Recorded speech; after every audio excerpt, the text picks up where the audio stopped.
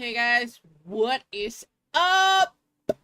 I am on early. Can you fucking believe it? I can't. The fuck? Just refresh. Well, I'm gonna continue with some more supermarkets because I want to expand the store, earn more casheronis, but also because I want to fix it up a little bit, add a couple things. I may take out the loan again just to do that, but I'm not too sure. And as always, I'm gonna be continuing listening to the fanfic because I'm one who doesn't talk much and my chat isn't all that active yet. So hope you guys don't mind the fanfic because I enjoy it very much so. So we're gonna do that. The game's opening.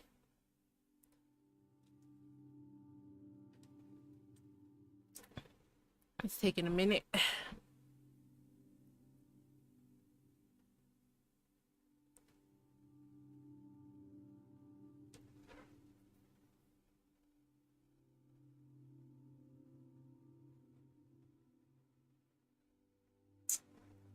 Yo, I want pizza. Pizza!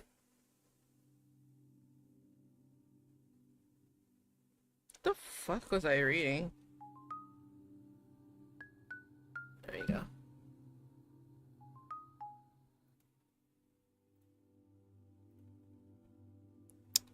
Oh. Someone send me money so I can buy pizza and wings. Please. Alexa! ¿Cómo estás? Dix tu cola.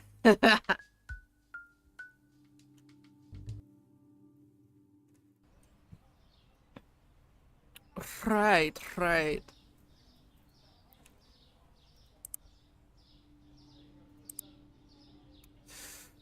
Ooh, the store name.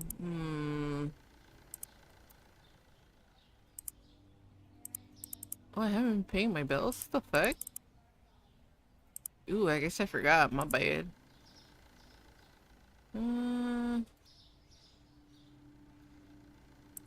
Take the loan. Okay, let's see. Oh my gosh, there's so much shit I have to put.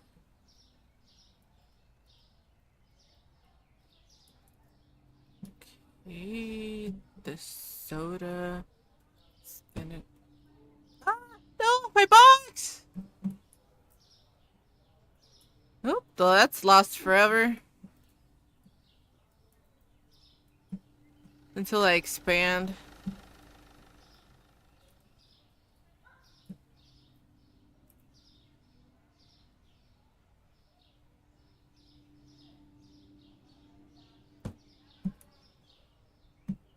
Ah!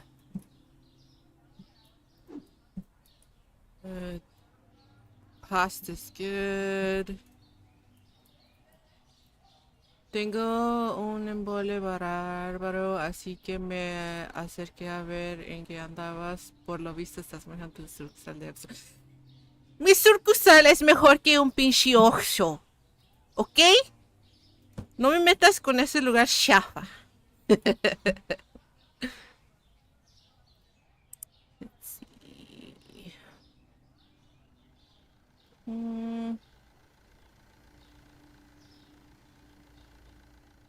I'll get the tall one.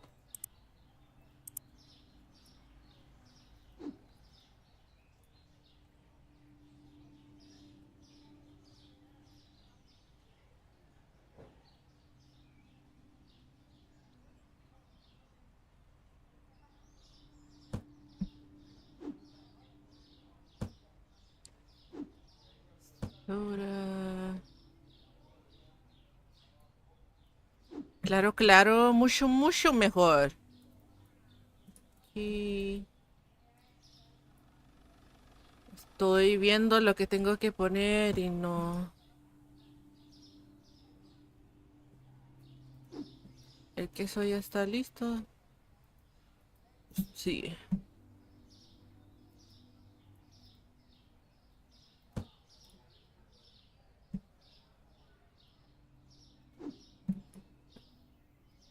Flour's fine.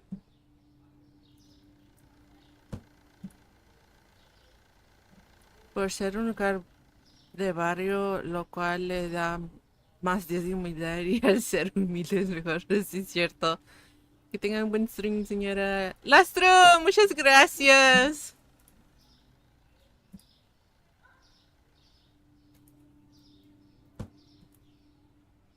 Aquí. El café.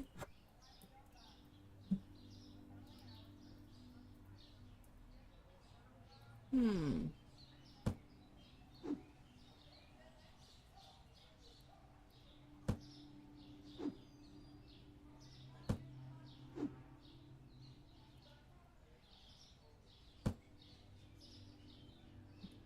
Fine. Aceite de olivo ya está listo. Ok. ¿Qué me hace falta? Me hace falta pan, cereal. Voy a comprar otro de estos, pero el chiquito siento que me va a hacer falta.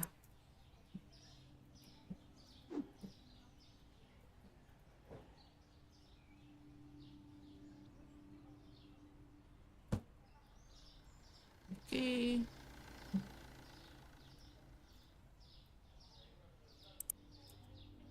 Que me hace falta pan, cereal, azúcar y la lechita de botella.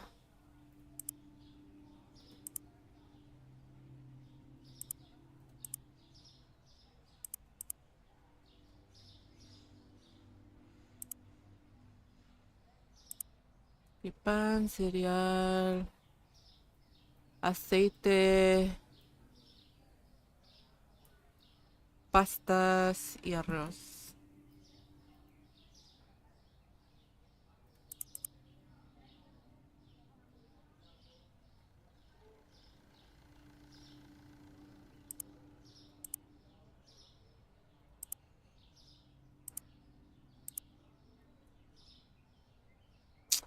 Fucking delivery driver sucks, but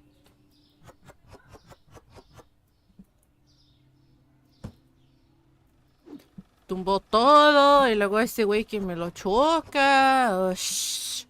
Ush.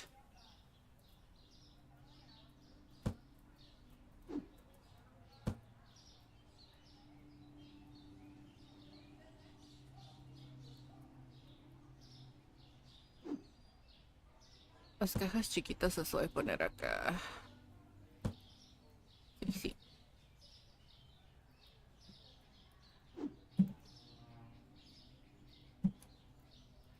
Espero que el almacén lo tengas al lado del local y no Es que es aquí. Es esta puerta.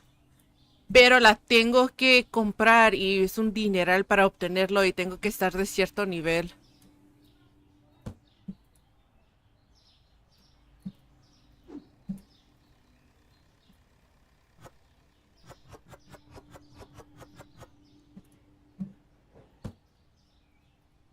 Es que el almacén se pone mucho, mucho más grande.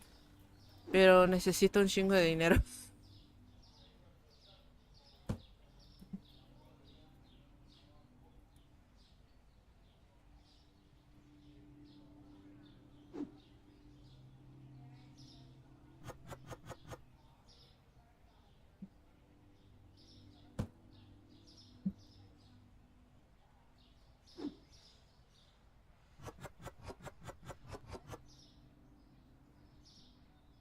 Sí. Es que tienda se expande un chingo, pero necesitas un chorro de dineral para ello.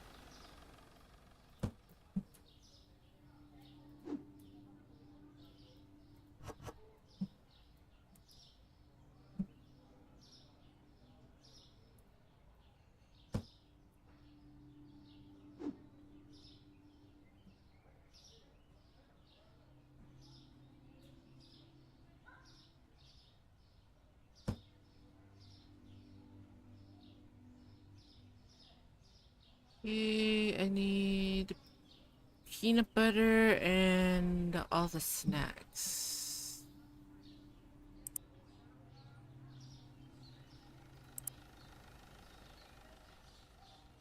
Oh, dos de estos. Uno, uno, uno, uno y uno.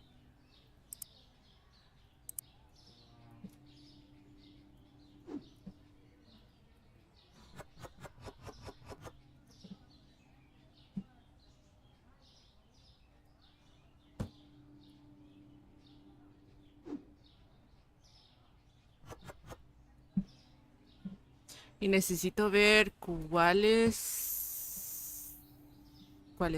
tengo que cambiarle el precio.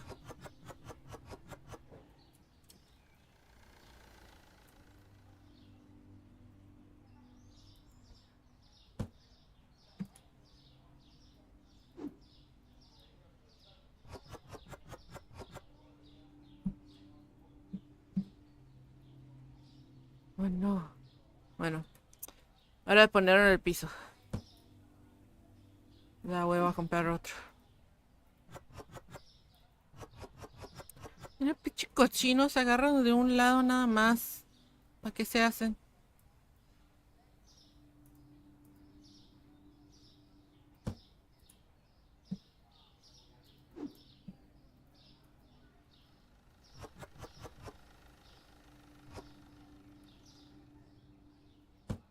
¿Qué quilimbolas de cajas tienes afuera? Ya parece correo argentino, pues.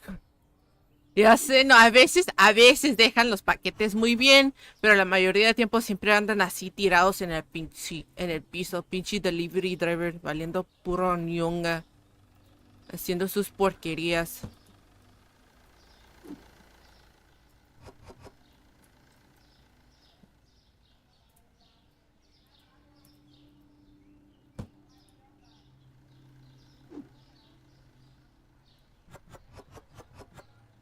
¿Necesito más bebidas? Sí, necesito la cola, el jugo y aguas. Ok.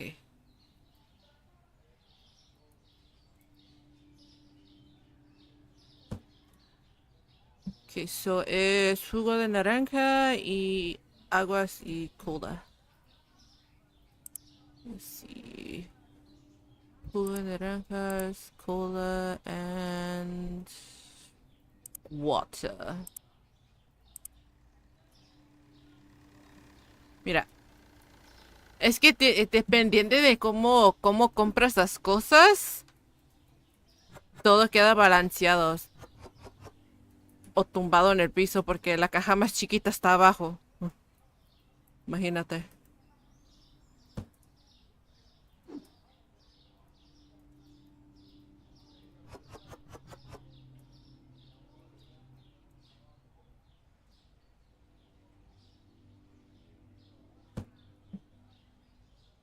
Tengo ganas de comprar otra licencia, pero no estoy segura.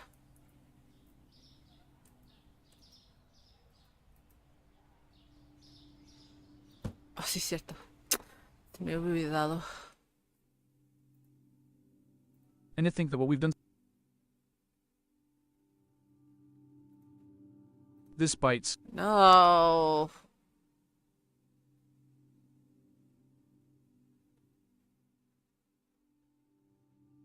Lo tengo que cambiar porque ya se acabó mi límite de palabras.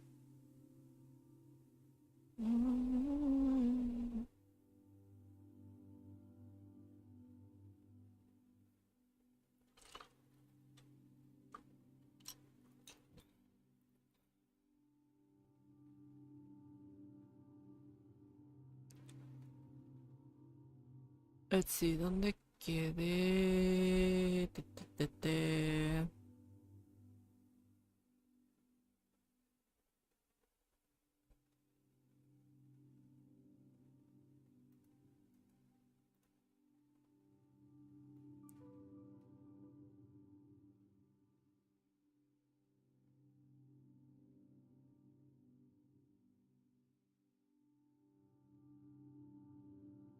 Tengo que ir con la voz toda fea. Ugh.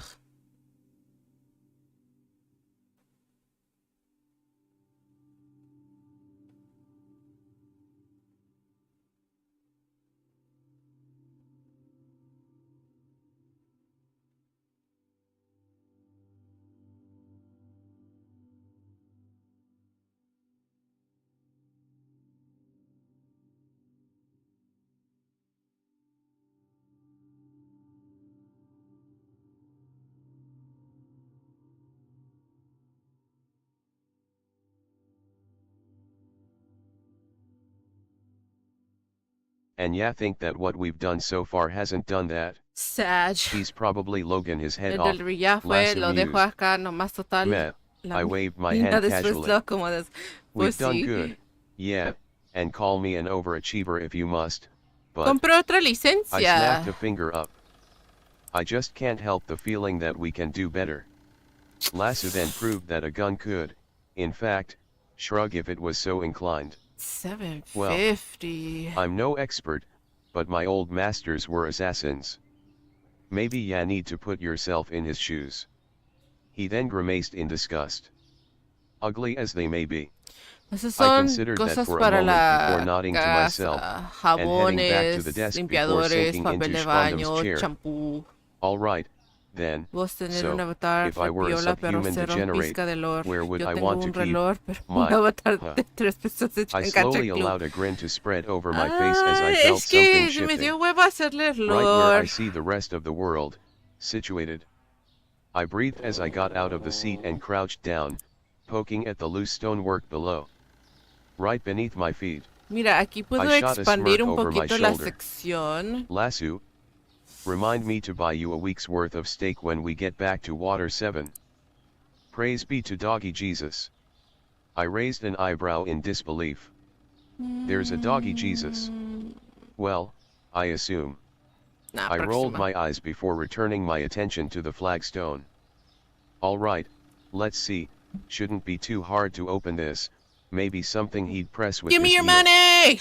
I pressed down on the south side of the stone, causing the tile to tilt upwards and give me enough room to grab it and lift it out, following which I was met with the sight of. Oh, My grin rayos. widened as I observed the triple dials of the floor vault below me. Te puedo hacer Oh, uno si if this quieres. isn't something incriminating, I'm going to be pi SSED. Yeah, know the important dates in his life. Lasso asked. Better. I took soundbite off of my shoulder and placing him on the vault's door. I know the phrase gastroblast. Shit. Open, says Amy. A cacophony of shattering metal Forgetting. rang out and I managed to wrench the metal door clean out of its holding. Who needs intel when you have an appropriately heavy fist?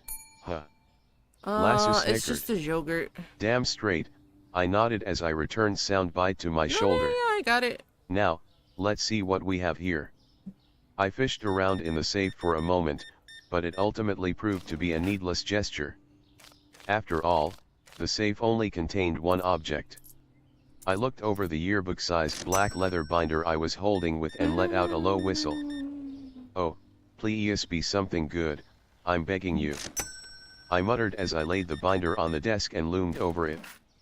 Alrighty, then, let's see what we've Su got. dinero, putos. I inched my fingers beneath the cover. Háganme más rico. Cross, down. Before hastily No quiero slamming ni myself que onto los the desk in directos reaction se to boss caigan roaring out y of que nowhere. shoot likes. The No, next nada más para second, tenerlo I ahí, felt pues. the wind of what could only be boss's rope dart shooting over me, followed Sería by it interesante. smashing into something behind me. Yo le hice I uno a la grabbed the binder Yami. and dove Le over the gustó. desk, putting as much distance between myself and my attacker before spinning around Hay to un catch modelo de sight la of them. NECOARC, pero Suffice es to say they were the diferente absolute last clase de person I programa que expected to see. necesita y el Beto no la puede What the usar. actual? Pero ahí la tiene I guardada. sputtered incredulously.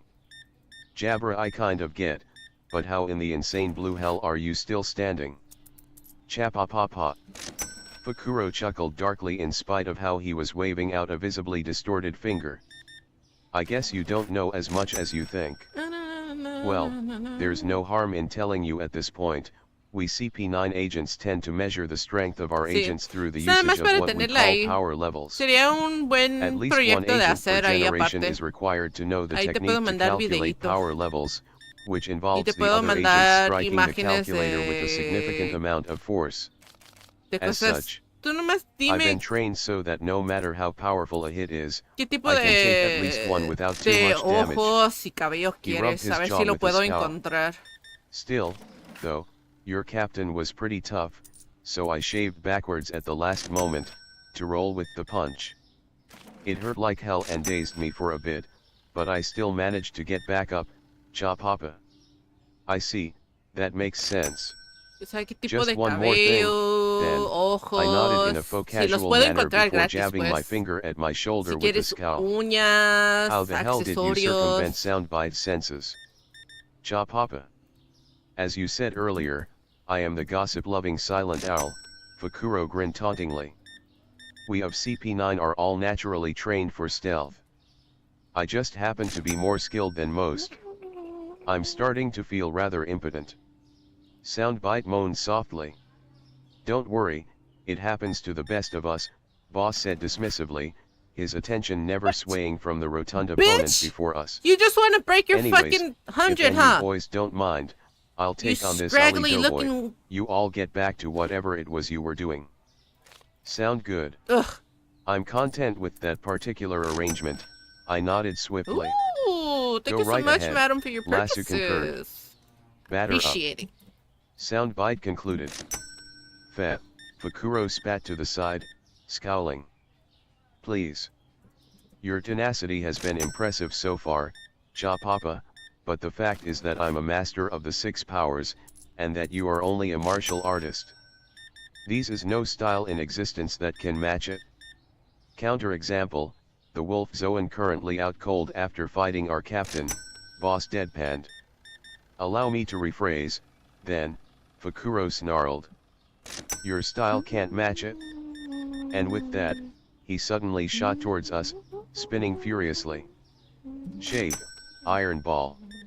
I took a fearful step back, but Boss didn't hesitate to waddle forwards, his head bowed solemnly. Yeah, you're right. He said softly even as his opponent approached. I've spent years finalizing my mastery over the half-shell style, and I don't doubt that your 6 powers could crush it in a second. Which means that my only option left. He promptly snapped his arms up and crossed them before his face with a determined look. Just a yogurt, sir? Is to kick it up a notch. Watching your diet. Slam. Fukuro's spinning form struck Boss, but the technique that had sent a body that was literally half iron flying uncontrollably failed to make the much smaller and much fleshier Dugong move more than half a meter, if that. As soon as his spin started to fail, Fukuro kicked away from Boss and flipped back across the room, where he stared at the Dugong in disbelief. That's impossible. The assassin gaped in shock. That was iron body. Close, the Dugong intoned firmly as he broke his stance, fists still raised and at ready. My personal variation for the working what didn't Dugong's I have? body, Oh. full shell style, shell body. What the hell? I gaped. I never saw you practicing any of the 6 powers even once over the past few weeks. Fukuro spared me a look of equal parts horror and anger while Boss rolled his eyes. That doesn't mean I Too hot to wasn't be having the practicing in lights my on. spare time. Plus, Oh, some pasta. offense Cross, No more but in this pasta. instance your descriptions were utter shit. I didn't make a lot of progress until about, 10 minutes ago. When I found this. No more The Dugong spaghetti. whipped a rather ornate scroll from his shell and waved it around. In the garden room a few floors below. Quite a few notes on it too, very useful. Whoever was using it to review was impressively studious. Fukuro's eye twitched vehemently. And Jabra has the gall to call me an idiot, Chapapa. Chapapa. His scowl then deepened and started twitching. But that still doesn't Ooh, thanks make for any exact sense. chains, sir. We've spent literally our entire lives learning the 6 powers and improving our mastery over them. The only ones who have ever been able to pick up the techniques that fast are Marines ranked at least Vice Admiral, and they cheat to learn even half of it. Honestly. Boss allowed a slight smirk to tug at his lips. All I took away from that little rant is that your old masters deserve nothing short of the utmost pity for having such utterly hopeless students. Alright, that's it. Now I'm angry. Shave. Fukuro screeched before vanishing into a blur. Rip Current, Boss stated flatly as he slapped his flipper on the ground before vanishing in an identical manner. The twin blurs clashed in midair, fist against flipper, following which Fukuro attempted to spin away back to the ground. Youch. Only to discover that Boss' thermal dart was latched onto his uniform, which meant that he ended up on the ground wrapped up in a rope coat. A searing hot rope coat. Now, then, let's see how strong your resistance really is. Half-shell style. Coffee's down. Boss yanked on the rope, drawing Fukuro back into the air and into Boss's range. The dugong shot at him, and his fist slammed into the agent to send him crashing back into the ground, a crater forming. Okay. Then Boss spun around, reeling Fukuro back up like a yo-yo and slamming his flipper into him, following which he flipped his opponent above him and used him as a springboard to shoot him up into the air while he himself leapt back down to the ground. Once there, Boss yanked on his rope dart, bringing Fukuro straight down. Crack. And onto Boss' outstretched fist. Barracuda barrage. Taking in the undeniably epic sight, I fought with myself for a moment before sighing. Don't expect me to say this again without a damn good reason, but... Go, Boss, go. I cheered. Boss shot a grin my way before spinning on his tail, swinging Fukuro around like a hammer throw before jerking his rope and uncoiling his weapon, sending the assassin flying out the hole in the wall and out of sight. Much obliged, Cross, but I've got every doubt that that was enough to finish him. I'll meet up with you again when he's knocked out for real. With that, he leapt straight up into the air. Tidal swim. And practically kicked himself off the air, shooting out the open wall, and then redirecting himself to shoot downwards and out of sight. Monster Quartet confirmed. Soundbite whistled in awe. We'll see, I wavered my hand uncertainly. I doubt that knowing the 6 powers will make that much of a difference against the original trio, not when they're learning it themselves. For now, though. I held up the binder as I was carrying. Let's see what muck we've managed to dig up. Aye, the snail concurred. We about to make Spondum's life miserable. Lassie growled eagerly as I returned to the desk and tossed the binder onto it. His and that of every last one of the world government's higher UPS. I wrung my hands together eagerly. Now, once again, oh world, let's see what we've got. And so, without further ado, I flipped the cover open, scanned the first page. And had to actively fight to keep myself from cackling. Oh, yeah, this'll do nicely, I crooned. Ladies and gentlemen of the world, what I have discovered and am about to publicize. Oh. Is nothing less than Cypher Pol 9's very own operational black book. Of course. Why would it be anything else? Why would I expect anything else? Sir, your blood pressure. Damn my blood pressure. Admiral of the Fleet Sengoku roared to the medical aide trailing after him as he marched down one of Marineford's many docks. That incompetent moron that we made the earth-shaking mistake of putting in charge of CP9 just handed that loud-mouthed hellspawn the vocal equivalent of a golden transponder snail, and he is about to publicize it to the world. How the hell does a black book exist for CP9 in the first place? Sengoku wasn't the only one wondering this, as evidenced by the snail the aide was carrying speaking up in a certain canine cannon's voice. A black book? But that's impossible. From everything that we've seen, Cypher Pol 9 is a black ops unit. That means that there are no traces of their existence for the sake of plausible deniability. Any reports should have been summarily destroyed once they were confirmed.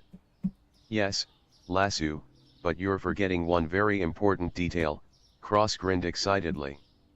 Spondum is the textbook definition of what is known as a malignant narcissist, and CP9 is the source of his ego. He considers their achievements to be his achievements and he revels in them, but because of how fragile his ego actually is, he needs constant self-reassurance to keep believing in his high and mighty attitude. That's where there was the sound of a finger tapping paper. Come in. These are Spondum's trophies. Proof of every last operation that he's ever pulled off for the world government, every last victory meant to pump himself up, and most importantly, in this instance. Cross's smile became demonic. Insurance that if Spondum makes it off of this island alive, he's going to wish beyond all shadows of all hopes that we had killed him, which, naturally, means that we're going to have to refrain from doing so. To every last Marine, government worker, and revolutionary on the face of the planet, the pirate suddenly barked eagerly. I suggest that you all buckle up. You're about to get busy. Right, that does it. Sengoku barked as he accelerated his pace and started marching up the nearest gangplank he could find. Forget the timeline. Spondum's a dead man no matter what he does, the fleet mobilizes now. But, sir, you should be resting Gyurk. The doctor's insistence was cut off by Sengoku spinning on his heel and slamming the pole of the foredrip he was carrying into the wood. You seem to have failed to take something into account during your diagnosis, doctor, the enlightened human growled acridly. I am no mere human being. I am Sengoku, Fleet Admiral of the World Government's Navy. I might be older than Whitebeard by 5 years, but the fact remains that it will take far more than one measly heart attack caused by one measly pirate to incapacitate me and keep me from popping his head from his scrawny neck. Estoy usando la voz toda He fea leaned in porque and la snarled buena in the ya se medical me pasó officer's el límite de palabras Do. que puedo usar. I make Okay. myself clear. Pasta, The olive doctor had to oil, fight very hard to salt, keep himself and under pasta. control as he shook his head with a slight whimper. Jay, just promise that you'll keep your cannula in place. Please. Sengoku grimaced as he thumbed the plastic tube leading below his nose before nodding. Fine. Now, then. He turned around and addressed the nearest captain. Before we leave, I want a status update. What's Aokiji's progress? A massive glacier suddenly formed on one side of Marineford. Then, just as suddenly, it shattered to pieces. Never mind, he grunted before striding onto the deck. Tell him to catch up to us once he's finished. For now, though. Sengoku took his next step as a golden titan. Set sail for an ice lobby. Oh. Now, then, let's state at the beginning. I started to drag my finger across the page as I read it. Entry 1 Wait a second. I paused in confusion. This first one is labeled cipher pole number 5. Oh, of course, it's the one that started it all. People of the world, what I have before me is nothing short of proof positive of the fact that the world government has, in the past, framed and executed an innocent man for crimes he did not commit in order to propagate their own goals. Allow me to read it verbatim. I cleared my throat as I picked the book up and started pacing. This report details the series of events that took place during Operation Parole Board 8 years ago on the island of Water 7. And I quote, Tom the shipwright feigned ignorance and refused to relinquish Pluton blueprints. Blackmail attempt for building Oro Jackson failed, as it was already known. Acquittal planned for building a sea train. Solution, covertly commandeer the battleships built by Tom's apprentice, Cutty Flam, and use them to destroy the judicial ship, and frame Tom for it. Final result, partial success. Tom arrested, blueprints not found on person. Pending interrogation on blueprints location in Impel Down. Promotion pending, position highly classified. I shook my head with a dismal task. Well, there you have it, folks.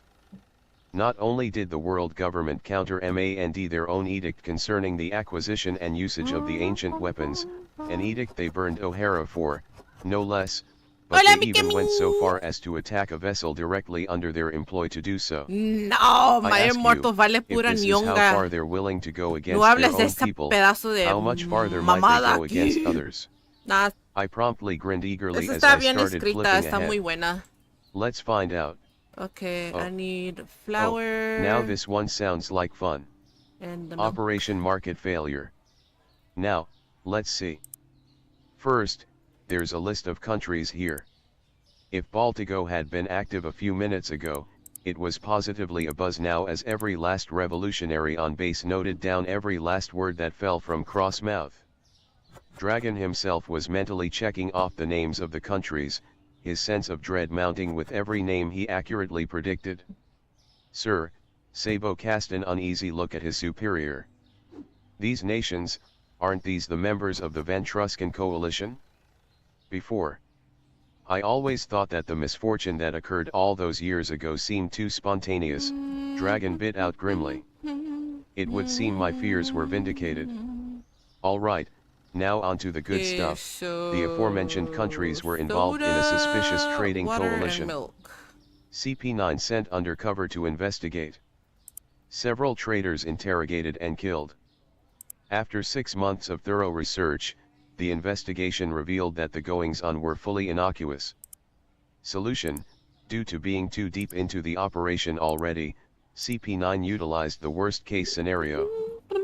Frame UPS among every country involved towards specific other members, and remaining underlying liquid assets seized by CP9 for government usage. Result: success.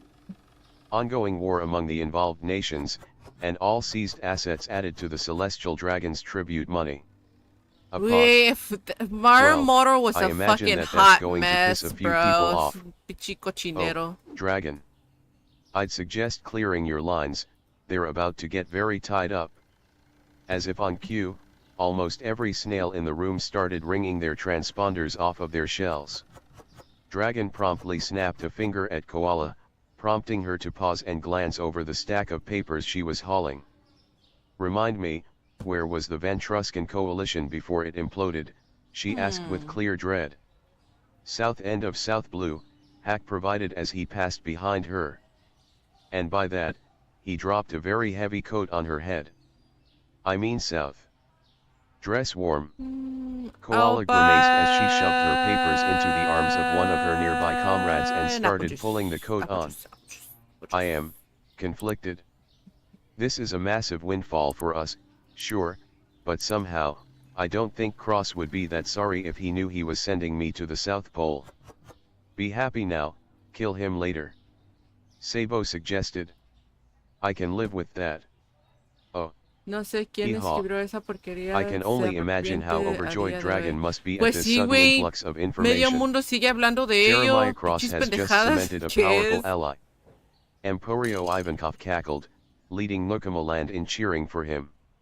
You speak as if he hadn't already, my queen, Inajima intoned calmly as he, at the moment, swirled his Chardonnay in its glass. PSH, Ivankov waved her, at the moment, hand dismissively. Oh, Totally coffee. different. Before, Jerry Boy only had Dragon's attention. Now he will deem him a comrade in revolution, even more so than he already was before. And he's still going on. Alright, what's next? Compré la siguiente Operation Entropy, licencia at. a terminar el día. This should be good. Siento que Ivankov estaría hastily bien. waved a hand to quiet down the cheers. Tendría Alright, que comprar Here muebles we go. nuevos, pero Upon valdría la discovery pena. that the Oro Jackson was constructed of wood from the jewel tree atom, we determined to ensure that no ship would ever be built of such wood again. Investigation on the island where the tree grows revealed that wood was shipped out in the midst of a ceasefire between the nations Shul and Kohor. Warring nations at all the time of fancy. Where are you going, investigation, homeboy? Jared and Akish, looked to be winding down from war. Solution: spark hostility once more, and ensure that if the war does die down, we are in an ideal position to reignite the flames. Result: partial success. The two nations' war without end in sight, genocide more likely than peace, but only 95% of registered Atomwood shipments are intercepted before reaching their destination. Huh, you know, I'm honestly surprised that I never figured that out myself.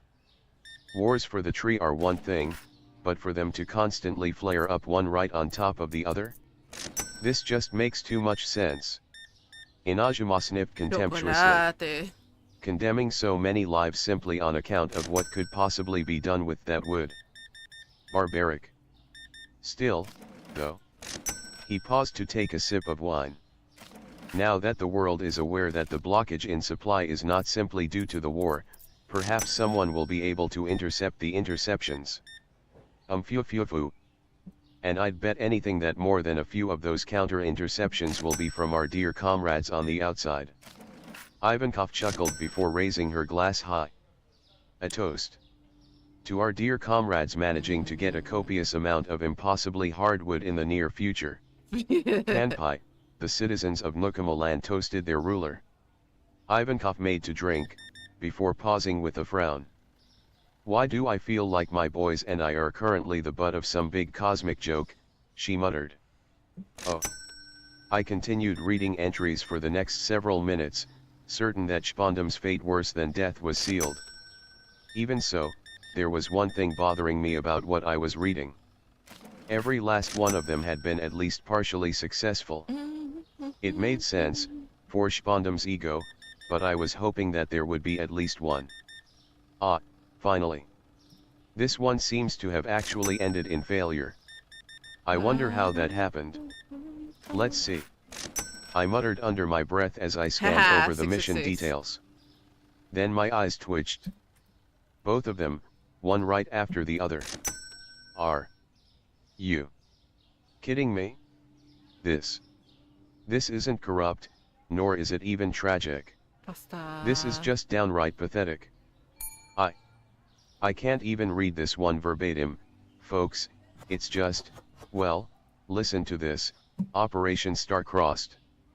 Apparently this was a special assignment for CP9, where the end game wasn't assassination. See, their goal was to force the alliance of two families of royalty for political and financial reasons by getting the Scions to marry one another. They accomplished this by assassinating the Scions' paramours' big surprise and then infiltrating their lives so as to manipulate them into meeting one another. And it worked, too. The heirs of the Montfield and the Capoi families fell in love, got engaged, they even got legitimately hitched. Oh shit! Sounds hunky-dory, right? I forgot $1. They were halfway through the reception. I slammed my head onto the wood desk, the groan of pain I let out more for the Luffy grade stupidity I just read than any physical injury. And then Pakuro, the tub of lard who also happened to be the groom's best freaking man, got up before both families and, without a moment's hesitation, spilled the whole thing. Every last detail. After that, it was a bloodbath. No more cheese? There are no words, Damn. I should imagine. I mean, Cheese is seriously, super popular today. what's the point of his mouth being a zipper? It's a real zipper, by the by, if he's not going to bother to use it. Honestly now, the man's mouth is practically a weapon of mass destruction. Like you have any room to talk. At least general chaos is my end goal. He just does it randomly, without warning and with no clear benefit. Still sounds familiar, wee. Oh, shut it, I grumbled, turning the page. Alright, Spondam probably only kept that particular report because it wasn't even remotely his fault that the mission failed. And honestly, after that, I'm more inclined to hope that I don't read any more FAI. I cut myself off with a choking gasp as a very specific part of the entry caught my attention. Homie. My mind raced as I processed it before hastily flipping back through the pages, scanning the same section of each and every last one of the reports I could find. What I discovered, and the implications therein, were not pleasant in the least. Oh. With each report that Jeremiah cross-read, the old woman's grip on her cane and the folder she was clutching intensified. Not even Roger had caused her this much raw negative emotion at one time. Then again, perhaps that was simply because he and Cross had opposing end goals, Roger had shown hope inward in order to illuminate a relatively dreary world, whereas Cross was shining his light of truth outwards, exposing the darkness that lurked just out of sight. How much she had already known. The Marines were far from ignorant about the state of things, she was hardly ignorant. She'd thought the limits were justifiable, thought the ends justified the costs. How much she had turned blind eyes to in the last decades. Oh The no, no corruption more she refused to cereal. see. She was old. She had fought her war. She had fully intended to get involved only in the event of something too big or too high profile Se for acabó the el present cereal, Marines to deal with. jóvenes. She had trained up a new generation Ya to no hay fight the oncoming huevos. battles, to weather the storm. A tu local le She had falta convinced bocinas con herself that bachata. she was Oh, ready sí, to le falta retire, de todo. trusting in the future. Got that music And now, bumping. she was robbed of that luxury by, as she had put it herself so very, very long ago, one boy with a big mouth. For the umpteenth time since she had left Sengoku's office and boarded her warship, since she had entered her cabin, her thoughts turned to the folder she now held in her hand. She contemplated what it held, she contemplated the implications held within, the consequences of turning it over to Sengoku as she had planned to do later that very day. Well, now. And then, of course, Cross decided to open his mouth yet again. Oh, what now? Tsuru snapped, Esas looking back at bocinas the con, snail with a con, look of con las exasperation. luces de arcoíris. Anything that could make Cross sound solemn, of all things, Milk, when he orange had listed juice, off and so peanut many butter. disasters without faltering, could not be good, be it for her sanity or in general. Ugh. I'm sorry, viewers, this was some of the most fun I've had since starting this broadcast. I mean, there's enough material here that the revolutionaries are probably going to feel like their collective birthdays came early. But looking at this, noticing what I have, I'm too disappointed to even enjoy it that much anymore. Disappointed? Tsuru repeated incredulously. Let me explain exactly why I'm so upset right now. See, Butter. for all that I disparage the Navy and everything that they tolerate, I do know that there are some Marines that aren't a disgrace to their mission. I've met them, I respect them, and I honestly believe that what I'm doing is right by exposing just what is wrong with the people they work with. And one that I actually thought highly of is the leader of them all, Fleet Admiral Sengoku. Tsuru froze. I mean, sure, I know that he's done some things that lots of us would be furious about, he's made a lot of choices like that. But, hey, I'm best friends with legitimate royalty here.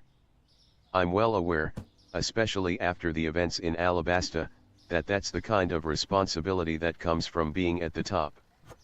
You have to make some tough choices, you have to look at the bigger picture, Cross sighed morosely. You have to do what you have to do. If it comes down to it, you may even have to sacrifice some in order to save others. That's life on the top. I may not have a lot of respect for the Navy as a whole, but I had a pretty high opinion of Sengoku. Despite some of the stuff he's done, I thought he was a good leader for the Navy, one that, at the end of the day, was the kind of Marine that lived the position of Fleet Admiral with the honor and respect that it deserved. Tsuru processed the words that fell from the pirate's lips, and ironically enough, they nearly made her rethink the past few hours, came close to convincing her to contact her superior, her friend, and apologize. But there was one thing that stuck out more than anything else about what Cross was saying that prevented her from doing just that, the fact that he was speaking in the past tense. The rabble-rouser then let out another morose sigh, and proceeded to shatter what faith the Vice Admiral had left in her old friend. And now, as I see his signature beneath every other one of these reports, as I see what I can only assume is his handwriting approving body count after body count, atrocity after Mi atrocity, caso pondría clásicos de I'm los left 80. hoping beyond all hope that he never read Yo them, and just signed pondría off on them out of obligation. That he didn't have a choice in this. clásicos, he pero didn't que son order de los even half of this. suavecitos. Because I really don't want to believe that he's capable of allowing even one of these operations to occur in good conscience. Because to approve these missions, would indicate a complete and utter lack thereof. Tsuru remained stationary, her expression unreadable, for Oh a no, full it minute. threw it away. Then her cane fell to the ground as she opened the folder, and took Dumbass. note of a single specific detail within.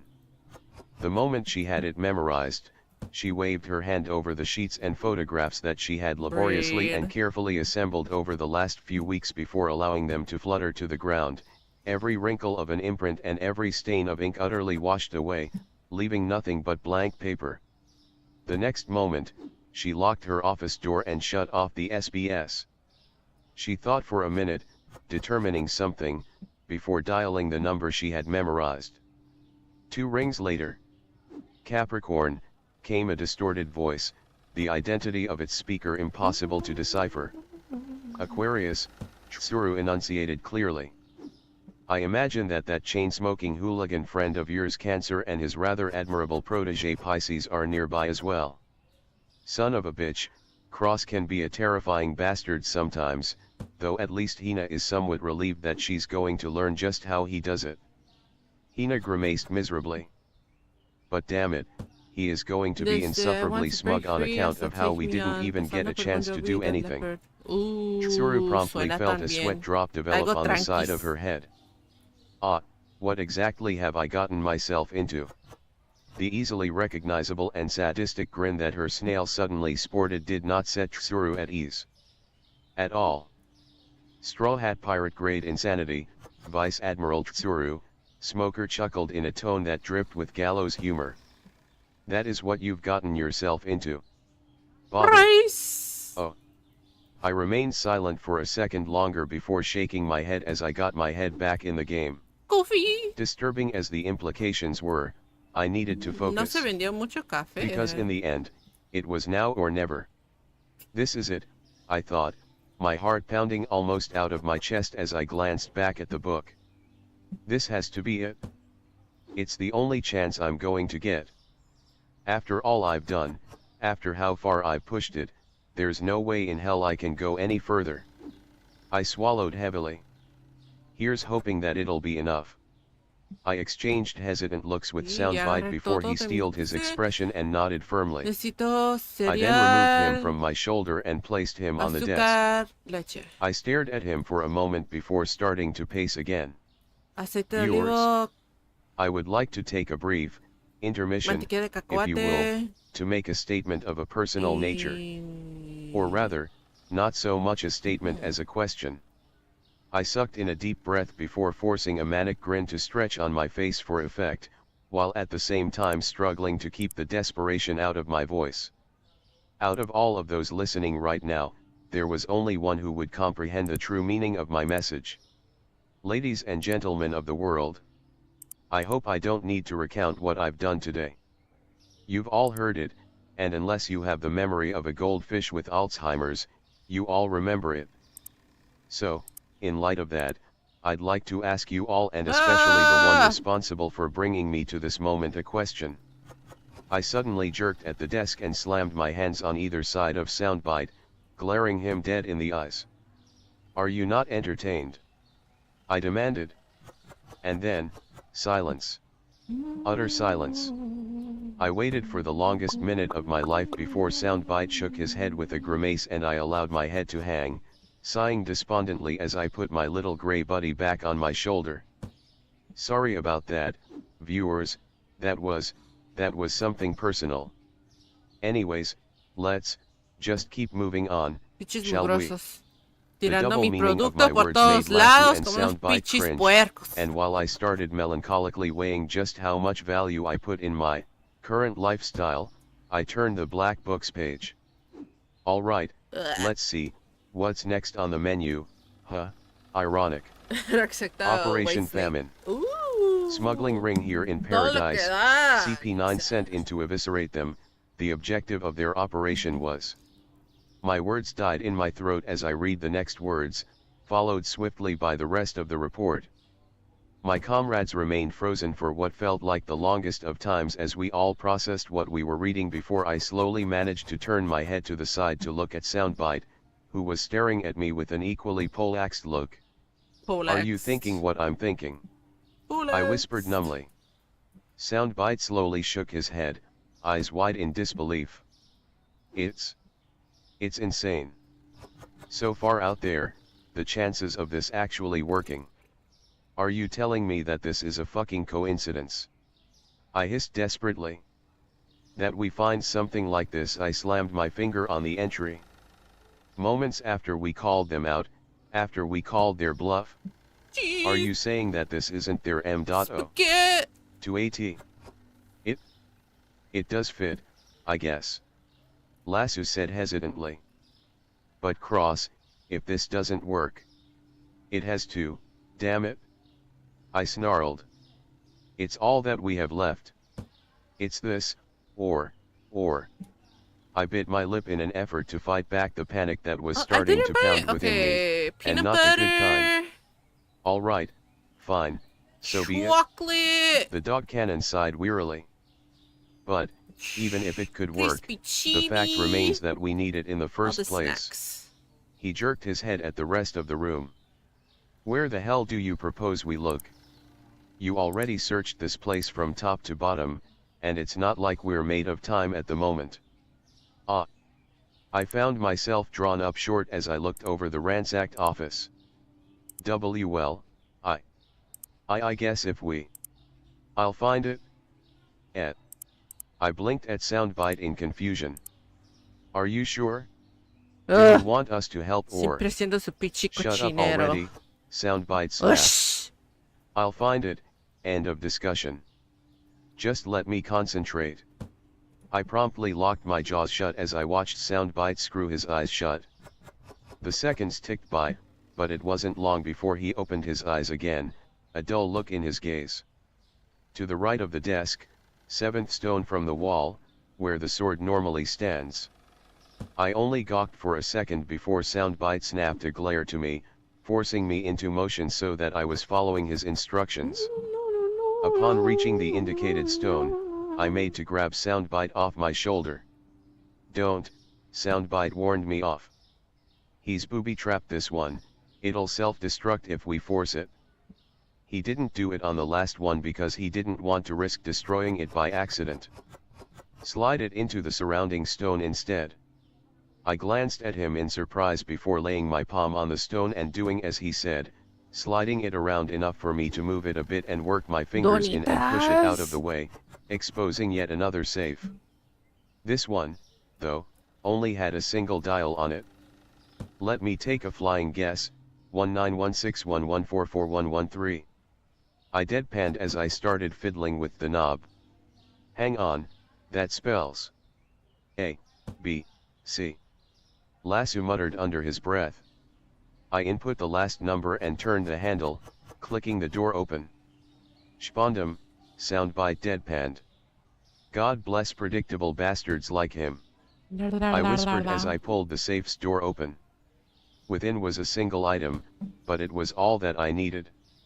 I withdrew the contents, a small half-foot cube chest, with shaky hands and after a moment's hesitation, opened it to observe its sole content. I could do nothing more than stare at it, as did Soundbite and Lasso. A ver, las bebidas. So, that's it. Y... Lasso whispered reverentially.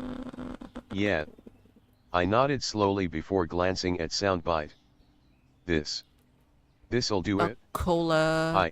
Cola, yeah, cola. I don't. Soundbite hedged uncomfortably as he relaxed somewhat.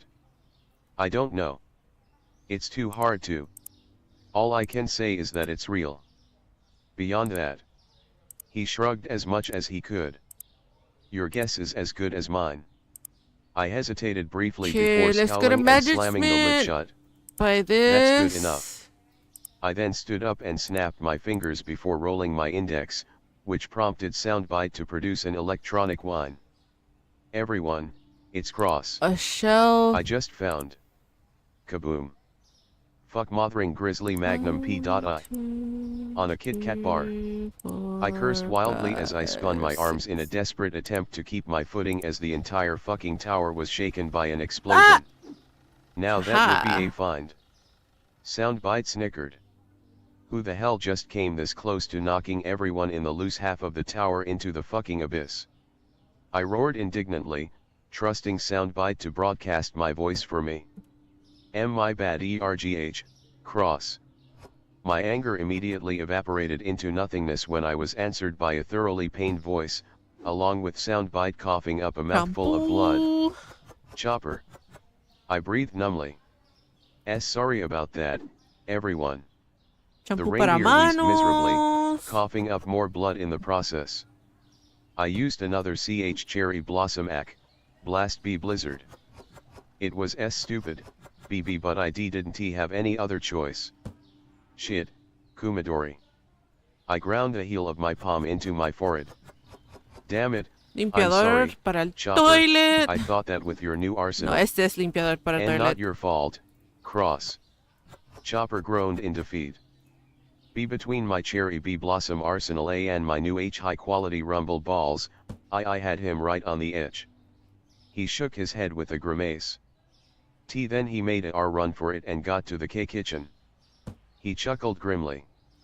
I am afraid that I underestimated Give what me you money. meant when you said he'd mastered B biofeedback. I sucked in a breath.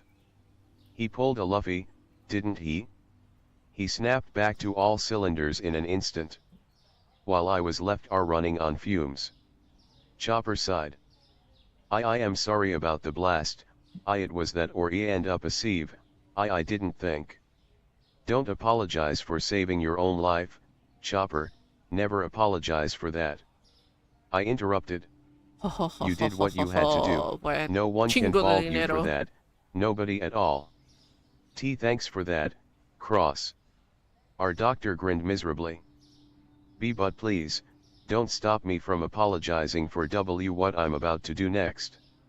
His expression shifted to a combination of a scowl and a grimace. Because I'm about to break a lot of promises I am made to myself and to Doctorine. Did I buy the I cola? grimaced. No, So, I didn't. It I had thought come I to did. this after all. Cola. Damn it. Fine, but remember this, no regrets. We won't let you hurt any of us, we won't let you do anything bad. When you do it with a clear conscience, alright. Chopper La was silent for a moment, verga! before Chingao, smiling Alexa! gratefully, tears of joy sliding down his face. Ah! Roger that, third mate C Cross. Cross, what's going on? Zoro snarled. Chopper's using his last resort, his trump card, his berserker form, I said grimly. I ran a quick head count before grimacing at the conclusion I drew.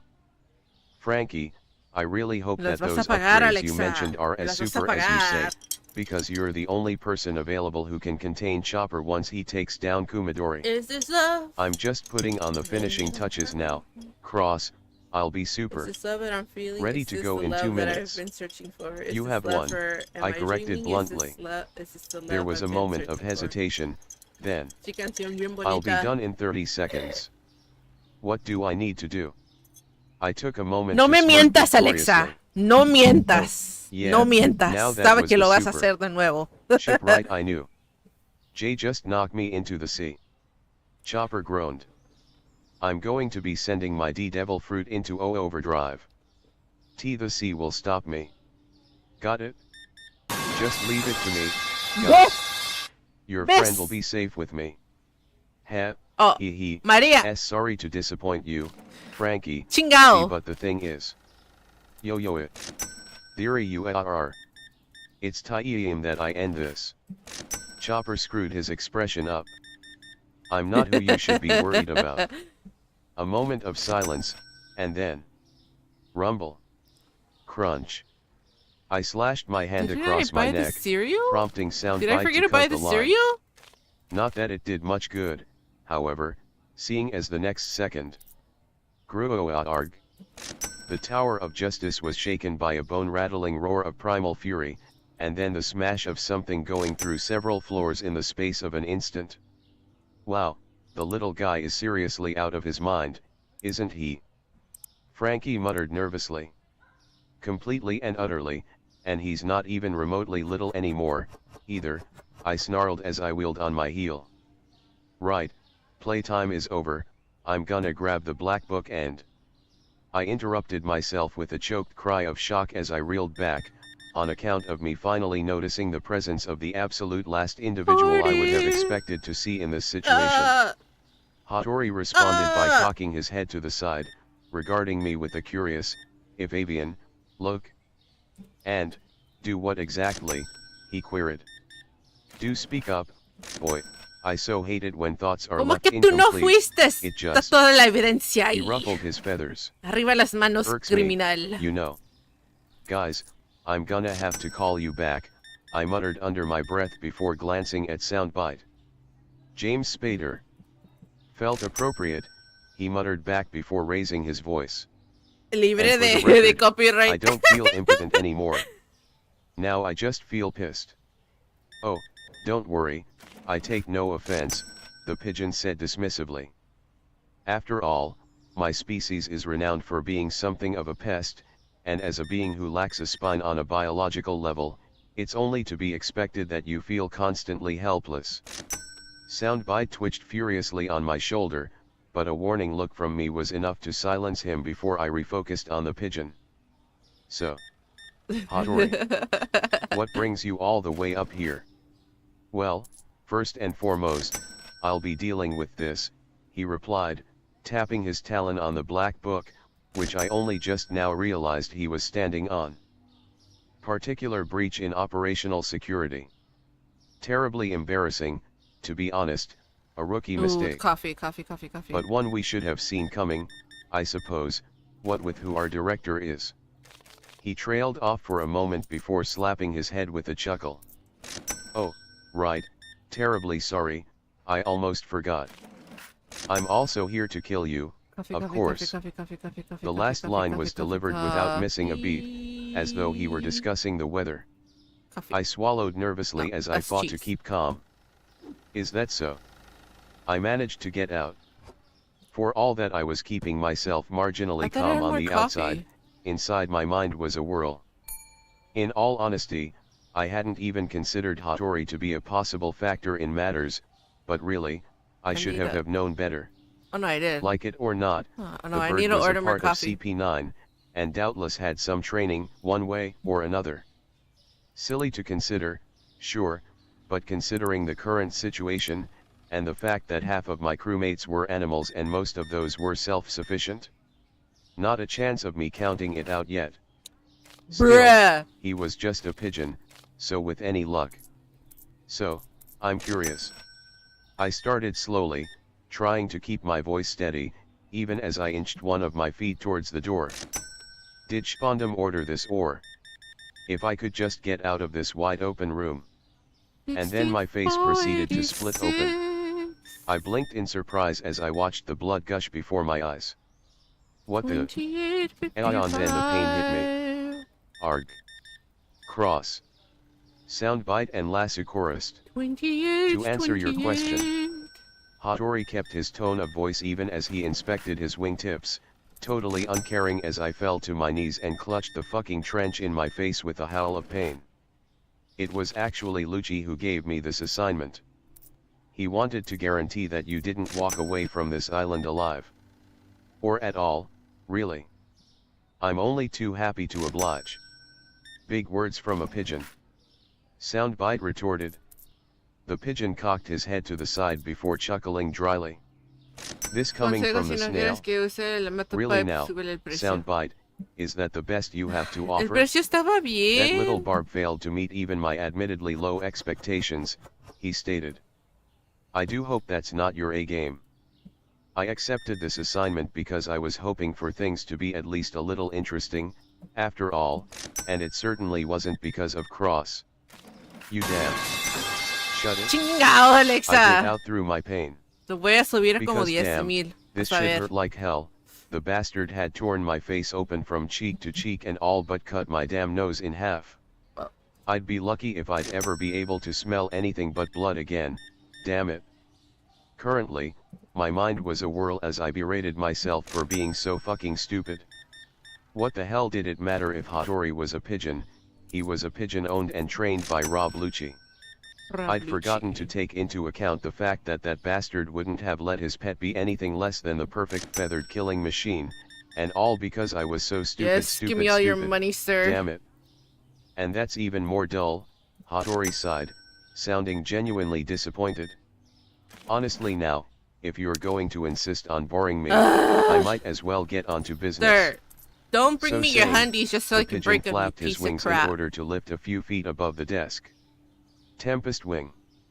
Before flapping one of his wings extra hard, I flinched and snapped my gauntlets up, bracing for pain, but I wasn't the aim of the attack. Instead, Spondam's desk all but split in half, Mira, and ya what se little me remained of acabaron some los of the most puntos. valuable pages in the world fluttered out the Excelente. window and into the waiting abyss below. I swear I felt something die in me as I took in the sight of what had once been a gold mine of information. No more Shirley I hadn't paper. even made it through half of the book, and now it was useless. Need But, to buy some in the more, end, then. I couldn't really complain. It had served its I need purpose, to buy however a brief. lot of paper. I had what I of the needed most, toilets. and there was no doubt that I had spilled enough dirt to be earth-shaking. Now I just needed to stay alive long enough to actually capitalize on it. Please tell me you have a plan, Cross. Soundbite Stage whispered. Don't die. I offered weakly. For a moment, the snail was silent. A bit vague, but I like it. Yes, Alexa! I suppose it is elegant in its simplicity, isn't it? Me Hattori mentistes! admitted with a nod before drawing his wings back. Too bad it's utterly implausible. Tempest. Eee. Chocobar Suddenly, and Soundbite let out shampoo. a shrill screech, almost like a siren, distracting all of us. Oh ow ow ow. Too loud, too strong, the snail wailed miserably.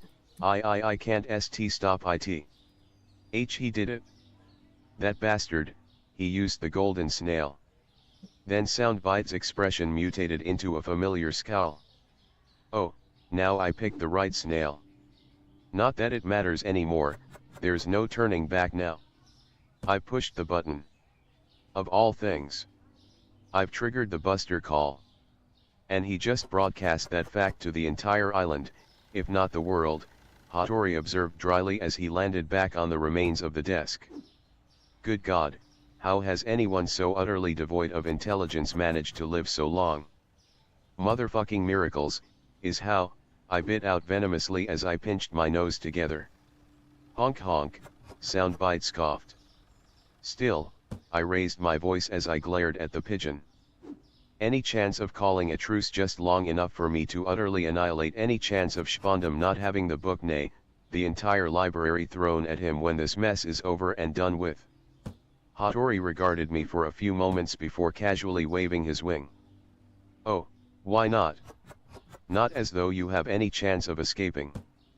And I will admit, I'm interested to see if you can arrange for his grave to be dug any deeper than it already is. Watch and be amazed, I smirked before looking at Soundbite, taking the opportunity to dig the stock of salve-soaked bandages Chopper had given me out of my jacket. Can you connect to the snail he's talking through and get a message to Robin? Soundbite waved his eyes talk side to side. He's out of my range, but one of the microphone users isn't. Just let me got her. Robin, we're on our way, and we're still broadcasting live. I said. I've already all but signed the bastard's arrest warrant, but I want to see if we can't push the buck a little farther. Get him talking. It was a true credit to Robin's professionalism that she didn't even hesitate, though the panic in her voice was, unfortunately, not faked in the slightest. You have to cancel it right away. Don't you realize what you've done? Everyone is going to die. Cancel it? Huh? Who do you think you're talking to? What's wrong with a Buster call, anyway? Spondam snarled, quickly regaining his composure, as well as his raging ego. Yes. Yes, this is fine, I'm perfectly authorized to do this. I'm the chief of Cypher Pol No. 9, after all. To ensure that your transfer went over smoothly, I requested a Buster call. There's nothing at all wrong with that. Who cares if it's a little overkill? Better safe than sorry. I'm sure Sengoku will agree that it's a small price to pay to get rid of these pirates. You're more than a fool, you're insane. Robin gasped fearfully. Cheerio. I told you before, That won't be the end of Oh. it. Nadie compró. This is an attack without mercy, without humanity. The Buster Call will burn everything on an ice lobby to the ground. The buildings, the people, even the island itself. It will sacrifice anything and everything in its path. The nightmare won't end until nothing remains. That's the power you're invoking. I've seen it all with my own eyes. I've told you what happened on O'Hara 20 years ago. You would sacrifice the lives of everyone here, and all for what? For a weapon. Yes. Spondum hissed, and going by his tone of voice it sounded like he was standing on the edge.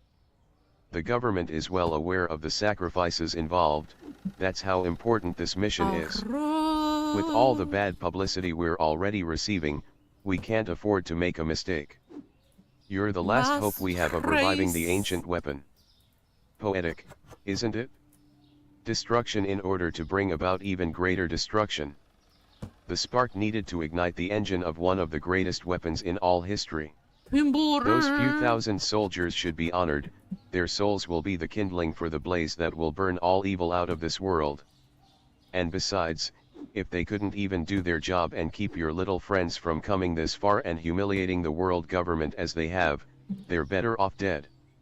And the same goes for CP9. You complete and utter madman. Do you even understand a fraction of what you're talking about? The Pluton is a power far beyond your comprehension, beyond anyone's comprehension, even mine. What was written on that poneglyph? I could hear the shudder in Robin's voice. Was nothing short of pure evil. I couldn't forget it even if I wanted to, because it haunts my dreams every night. Do you see what I'm trying to say? I need to buy You more. could destroy the entire world that you're trying to secure it for. Does it mean nothing to you that your Cola efforts could turca, reduce the digo world cola government turca. to nothing? Reduce it to nothing? A demented smile slowly spread across Spondum's face. Yes, it does have that kind of power, doesn't it? You know, I could actually take advantage of that. With that kind of power, I could join the 5 Elder Stars, or even replace them. Spondum, king of the entire world. Wahaha hey hey hey hey. Right, this shit show's coming to a stop. I now. need pasta, Leatherface, cereal, guess what? and sugar. I sang innocently. Ha ha ha. What the? You're on Candid Snail, my friend, I sneered. Buusted. Soundbite howled with a cackle. Hattori watched with unconcealed amusement as Soundbite mirrored Spondum's own expression of abject horror. By the way, this is, Straw Hat Luffy speaking. I wouldn't buy that if it was on sale, dipshit. Before his expression fell flat as the entire island shouted at him. Honestly, now. Hattori groaned, his wing meeting his face. Good God, I'm actually getting a migraine. Honestly, I wasn't even aware that pigeons could get migra. He suddenly cut himself off and lashed his wing out, causing me to skid to a halt with a choked curse as the resulting razor wind carved a chunk out of the staircase railing before me. Nice try, he drawled. But quite simply no. Now then. ... He gave Soundbite a thoroughly unimpressed look. Really? Now, of all times. Hey, trust ... me, I get where you're coming from. Not right ... now, obviously, but... Oh, just pick it up already, he ordered me with a dry look. Yeah, on it, I grumbled as I dug through my bag. ... Colic. Soundbite promptly began shining golden, the rage palpable across the connection, and a demented smile on his face. Hattori actually flinched back, as did I. Oh, Spondum, came the horrifying voice of Fleet Admiral Sengoku, who seemed to have cracked from the way his slasher grin and voice were tremoring.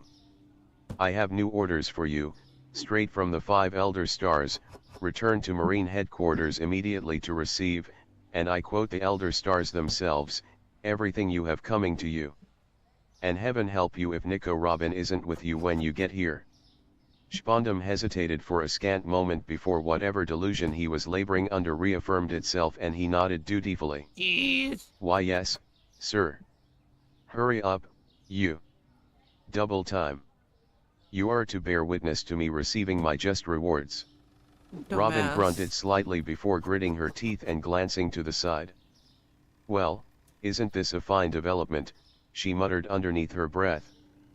Now I'm actually half tempted to go along with him just so that I can see the results. What was that you wait a second, I'd better hang up now before click. Arg. Soundbite yelped. Wrong one, a swipe. Bite me, you little colic. I would have to have been the absolute biggest idiot on the face of the planet to speak up at that moment. May I suggest awarding him the Darwin Award once he arrives? Which, of course, meant that I had to. Sound Gaku snapped a twitching glare at me for a second before his grin widened. Okay, I yes. need Jeremiah Cross, salts. the fleet admiral said in a voice of calm best compared to the void between stars. The biggest fucking aggravation in my career, if not my life. I have only one thing to say to you. There was a pause and then. Holy fucking hell, giant golden god. I had to fight tooth and nail to keep my knees from buckling. I'm coming for you. Colic. I took a moment to pant and get my heartbeat back under control. Okay, I Fucking need conquerors. toilet paper. I muttered. I then shot a somewhat hysterical grin at Soundbite. Wonder whose is stronger, his or Garp the hero's. Soundbite replied to the grin with a flat look. I'd say you have issues, but that fruit's so low hanging the chickens have been pecking at it. Oh, please, Hattori drawled. I doubt there's enough left of that particular fruit after how much you ate to feed a worm. I do believe I'm actually doing you a favor by killing you now, before the Buddha arrives? So saying, the menacing pigeon strolled forward, advancing on my talking snail, my bazooka dog, and myself as I racked my brains for a way out of the bisected 30-story Tower of Justice. My life is so warped, I muttered as I ran the aforementioned situation through my head. I then froze as I realized the truth behind my words. I was in a crazy situation, so why not employ an utterly crazy solution? And so, it was without a hint of hesitation that I planted my arms behind me and hoisted myself onto the banister, balancing between certain death and the void. Hattori stopped in his tracks, blinking at me in honest surprise. You're mad, he stated matter-of-factly. I chuckled as I scratched the back of my head. To paraphrase Will Turner's dubiously good friend Jack Sparrow. Captain Jack Sparrow. Yes, Captain Jack Sparrow, Oh, the thank chocolate you. one. I allowed an absolutely maniacal grin to spread across my face. Good thing I am, because otherwise this would probably never work. And with that, I tipped backwards and allowed myself to plummet, free falling for a total of 3 seconds until I grabbed the handle at my side and yanked. Soundbite hollered as a rope shot from my waist and latched onto one of the balconies I'd passed. The next second, the rope snapped taut and I grunted with exertion as I swung into the wall, only my greaves and my training saving my legs from shattering on impact. And people do this for fun? I demanded as I unlatched myself from the line and dropped down to the landing below me. And you need to get orange You juice. certainly do. Lasso snickered. Orange juice! I paused Hugo as I de contemplated that naranjas. before nodding. Fair point. Anyway, Usopp. I raised my voice meaningfully as dug a spare spool of rope from my bag and started fiddling with my belt. Thanks for letting me hang onto this thing after Skypiea, but do you think you could walk me through replacing the lines again? And while I've got you, how are things going? Has Robin reached the bridge yet? Veo not los yet. precios. Siento But que I have been giving the algo Marines se hell. bajó. Only problem is that there are a lot of them and they're pulling out riot shields, so the best I can do is keep them pinned. That's better than any of us at this Que point. subió el So nice chocolate work, Sniper King. y I bajó el chuckled. champú. Anyways, Okay. those instructions. Pull out the ripcord and twist the base clockwise to eject it, then insert the new Okay. one and twist it in counterclockwise, I'm ready. Usopp recited. Pull twist twist. Está el Capitán Jack I Sparrow en muttered ese as I fanfic. followed his No, orders es, and nomás replaced lo the reels. mencionan, lo mencionan. Alright, got it, thanks. Back to work. Yeah, I'm on a reflection. Eat this. Special attack, lead star. Knock em dead, Usopp. I called up before looking at my companions. Alright, Un you poquito guys del ready? spoiler Do we have a choice? en el final Lasso porque ya snorted. terminaron la primera Not really. parte. The feather rat is fanfic. getting suspicious. Los Soundbite autores now. dijeron que lo van a bit seguir out the cuando curse and termine hastily el sprung manga into bien action. bien para poder escribirlo bien. I Pero launched my pusieron grappling uno hook's anchor into the especial floor, burying its head in y the stone, sale el and then I got Kirby. onto the railing and O hung sea, el myself over Kirby the va a edge ser by the parte de line. este mundo, creo. Thankfully, I was on an extended balcony, so I would be dropping into the middle of the stairwell. Here we go. I grunted as I jumped out and started falling down the shaft again, my descent controlled by an automatic brake Usopp had installed in the belt while I kept a hand on the line in order to keep my balance. I warily scanned the shaft leading up to the roof as I descended. Any idea if he's coming, or... No. Exactly on cue, a dart of white popped into sight and shot down at us, zipping back and forth as it honed in. I didn't even hesitate to snap my arm up when the killer pigeon got near. Gastro flash. I ordered, flexing my palm. Thankfully, the resulting blast of light and sound forced Hattori to divert his course of descent, following which he shot past me without stopping. Of course, a glance downwards was all I needed to Sí, confirm lo that he leí. almost immediately Yo pulled pensé a que 180 ya and estaban was siguiendo shooting la back up siguiente at parte, us, pero no, which I todavía no. wasn't Pero going to let era fly. Pun mostly not un intended. especial y era el Gastrophony. Kirby y se Suck it. supone que va a ser parte de la Soundbite snapped historia. before roaring out an ear-rending cacophony. The resultant blare forced Hattori to swerve and give us a wide berth before wheeling around above us.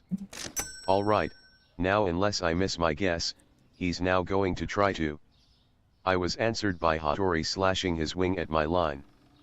The razor wind hit the rope and caused reverberations to course up and down it, but other than a few shakes, nothing actually came of it. Nice try. I called up to the avian aggressor. But I had Usopp by some spools of reinforced rope while we were in water 7. You're gonna have to do better than that. You realize that that's only going to piss him off, right? Lasso groaned darkly. I shrugged in means of reply. Hey, he's going to try and end us anyway, Bullshit. not like I'm making things any worse. And sides, you're the one who's going to keep him from killing us in the first place. What? How the heck am I gonna do that? At that moment, Hattori swerved down at us and lashed out yet another rippling wave of air at us. Like this. I grit out as I unslung Lasso and pointed his muzzle dead ahead. Caney blast. Lasso didn't even hesitate to belt out the pillar of fire, the kickback from which swung me backwards, out of the path of the bird's attack and into the tower's wall. I dug my fingers into a cleft in the tower's stonework, Rayos, pensé que letting tenía myself más. hang and catch my breath for a moment before I nodded firmly. Alright. Alright, now we get serious. Hang on tight. And with that, I leapt out and to the side, swinging out of the way of yet another tempest wing. Lasso, can you adjust the fuse of your baseballs yourself? I asked as I landed on another wall. The doggun frowned in thought for a moment, and then grinned. I Oh. can do you one better, Cross, he said. Watch this. And with that, he angled his head and spat out a baseball that would have blown the stupid pigeon to feathers had it been properly aimed, as it exploded mere feet behind him. I was quite gratified to see Hattori flail a bit mid-flight. Okay, keep that up, I said as I leapt out again. Then I frowned as I noticed him suddenly swooping in loop-de-loops. What's he? Oh, Shikani blast. Lasso barked out another pillar of flame, sending us off to the far side of the shaft and not a moment too soon, judging from the fact that the wall where I'd been standing earlier suddenly turned into Swiss fucking cheese. Of course Lucci taught his pigeon the flying finger pistol. Mira, I hijo de roared la in frustration. chingada. Of course he did, because it would be too easy if he only knew one ranged attack. Shouldn't that be flying beak pistol? Oh fuck! Soundbite pointed out innocently. Not the time, you little. Stop.